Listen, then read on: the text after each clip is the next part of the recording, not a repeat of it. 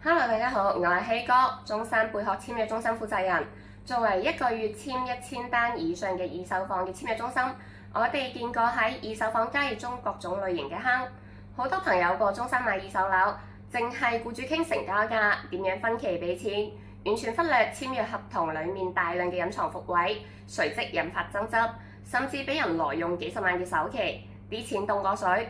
之前同大家簡單講解過二手樓嘅簽約交易流程。今日專門拆解簽約模板所有避坑細節，由睇證、查檔到最後交樓，7個核心重點一次講清楚。準備入手中山二手樓嘅朋友一定要睇到最後。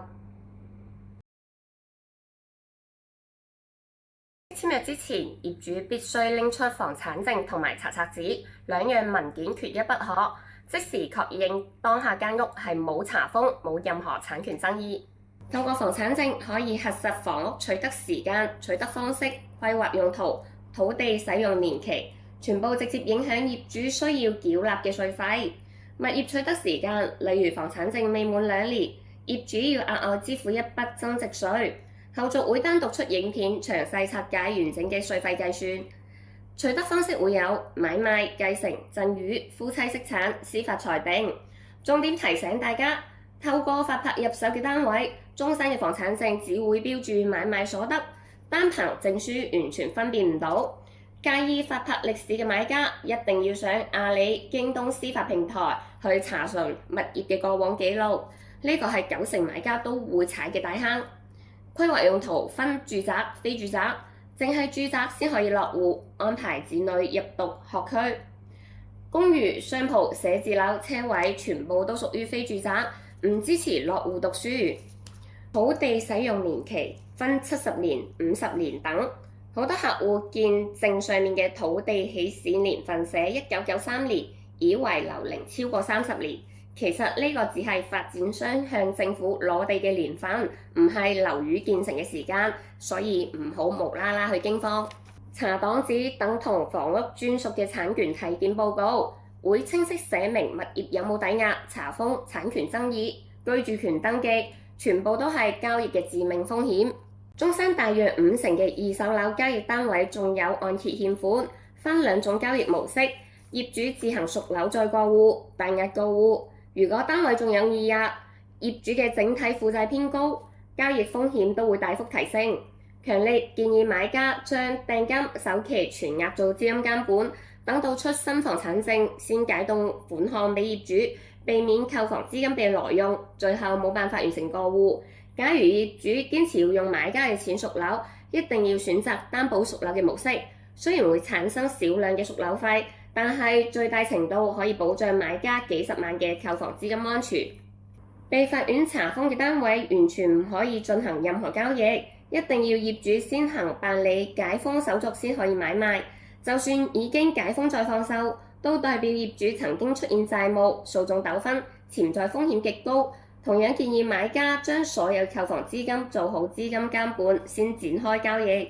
好多人輕視租約問題，內地法律明文規定，同等交易條件之下，租客享有房屋優先購買權。簽約前一定要業主出示租客親自簽署嘅放棄優先購買權聲明，唔係後續租客跳出嚟反對，成單交易直接作廢，白白浪費時間同訂金。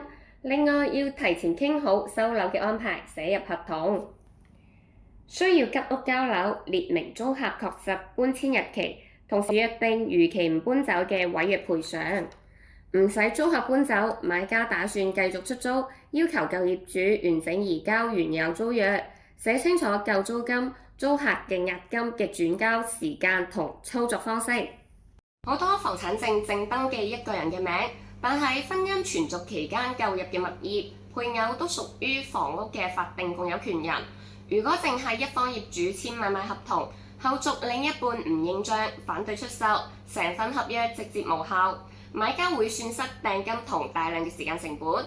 所以簽約當日必須要求屋主嘅配偶親自到場簽署同意出售聲明，呢個步驟千祈唔好省略。簽約前一定要檢查單位有冇漏水、白蟻侵蝕嘅問題，雙方傾好處理方案，係業主交樓前完成維修妥當，定係減價由買家收樓之後自行處理。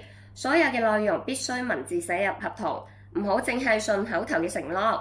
如果單位有私自加建、室內改建，要提前核實相關建築是否合法，能否正常辦理過戶同物業交割，避免後續違建被強行清拆。仲有大家最關心嘅兇宅問題，法律層面定義嘅兇宅只係屋內發生非自然死亡事件，正常病逝、安詳壽終唔係屬於兇宅範圍。單位曾經有非自然死亡嘅記錄，可以前往公安單位查詢。如果介意屋內有人自然離世，唔好淨係問業主，可以揾管理處、隔離鄰居打聽單位歷史。同時建議合同加入業主聲明條款，保證物業冇發生過非正常死亡事件。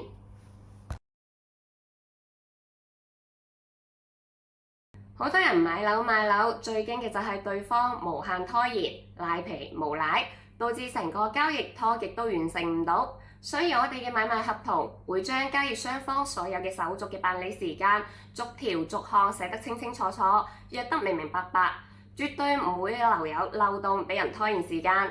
成個交易流程每一個關卡，我哋都會規定時限，好似客戶簽約之後幾多日內必須辦理貸款手續，業主簽約之後幾多日內要去銀行申請提前還款。當雙方達成過戶條件之後，亦都會寫明幾多日內必須完成繳稅過戶手續。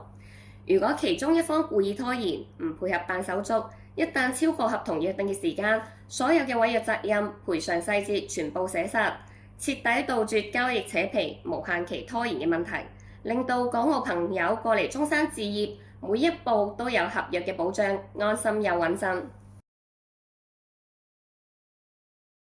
第一，物業維修基金專門用於大廈公共牆身、電梯、天台等設施嘅維修保養。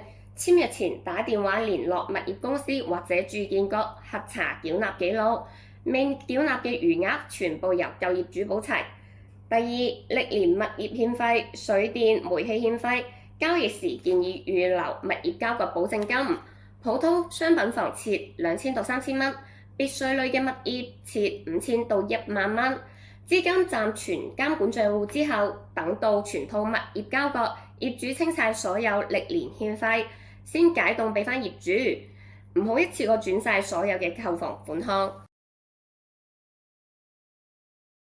90%嘅二手樓交易收尾嘈交發生糾紛，全部都係因為屋入面嘅物品歸屬冇寫清楚，簽約當下一定要逐樣記低。業主留低嘅設備家私列明品項、品牌、數量、機械嘅運作狀態。業主會帶走嘅物品逐樣標注，唔好淨係模糊咁寫。屋入面嘅家私全部留低，到時收樓時業主拆走冷氣、燈具、窗簾，無憑無證，爭極都冇用。所有嘅物品清單作為買賣合同附件一並簽署。今日7大簽約避坑重點，再同大家簡單總結一次。第一，必查房產證加查檔紙，分清抵押、查封、法拍屋嘅隱患。第二，有租約要租客簽放棄優先購買權，寫死交樓時間。第三，夫妻共有物業，配偶必須簽同意出售文件。第四，漏水、白蟻、加建、凶宅全部書面約定責任。第五，避免無賴就寫好每一步辦手續時間。第六，維修基金物業欠費預留交割保證金。